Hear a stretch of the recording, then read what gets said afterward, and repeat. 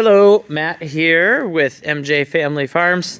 I'm going to take it from the top with the how-to chicken coop videos since we're building a bunch of them and we've got a bunch of improvements made, and now I can show you one from scratch. So, for starters, you got this tubular frame deal, and that is straight off of the interwebs. You buy this thing on Amazon or wherever, and it's got little snap together fasteners. This thing goes together really quick. It includes the door. It comes with little feet if you care to have feet on it. And we snap that thing together. And then our new process now is to then get the watering system in, because you're dealing with long pieces of pipe, and it's so much easier to put these tie-offs on and move the pipe around when you can go in and out. And then from here, we'll put on the mesh. I will weld bolts onto the feet. This is one of the feet that I've taken off of the corner. So I bring this up on the bench. It's much easier to work on it in the vise, and put a bolt through here and weld a nut on that, and that's where our wheels will go. And then we'll have 6 wheels and tires. That's some of the custom work that goes into it. We'll add some conduit hoops from the top pole to the next pole for the roof peaks that I talked about in a past video, because this roof is just a little too flat. So when it rains, the rain collects on here and it kind of becomes a problem. And we'll add tarps, and we'll add 2-foot chicken mesh around the bottom to keep predators out. We'll also make 2-foot hardware cloth wings around the perimeter to keep predators from digging under and up in.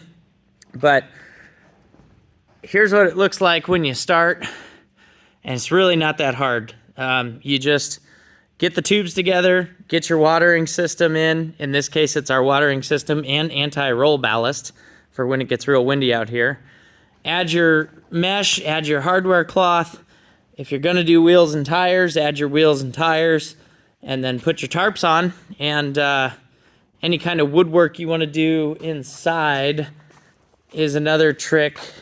We use 2x2s and fence post brackets, which look like this. That's it. You take these, some carriage bolt action, and you wrap these around the tubular frame anywhere that you need a wood support. On our coops, we put one wood support down the middle of the back, and then we put another one across the middle, because there's just not enough support in this thing as it sits. It's a big open bottom, and I don't want the sides blowing out. And then we use those supports, so imagine there'll be a support running across here. That's where we put our lay table. You know, we build a leg off of that, and that's what keeps it floating, because it's just bracketed to the pipes. It's not touching the ground anywhere.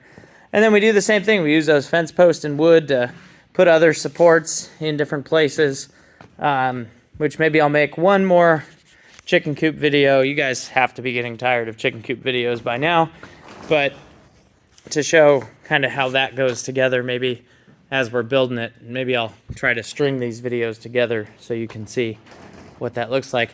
We use aircraft cable and wire clamps for hanging things. Like this will be the ladder of roosting poles for the birds to sleep on, and it just hangs off this, and then it'll get a fence bracket here and a piece of wood, and then that'll be the fence or the ladder kind of built roosting poles.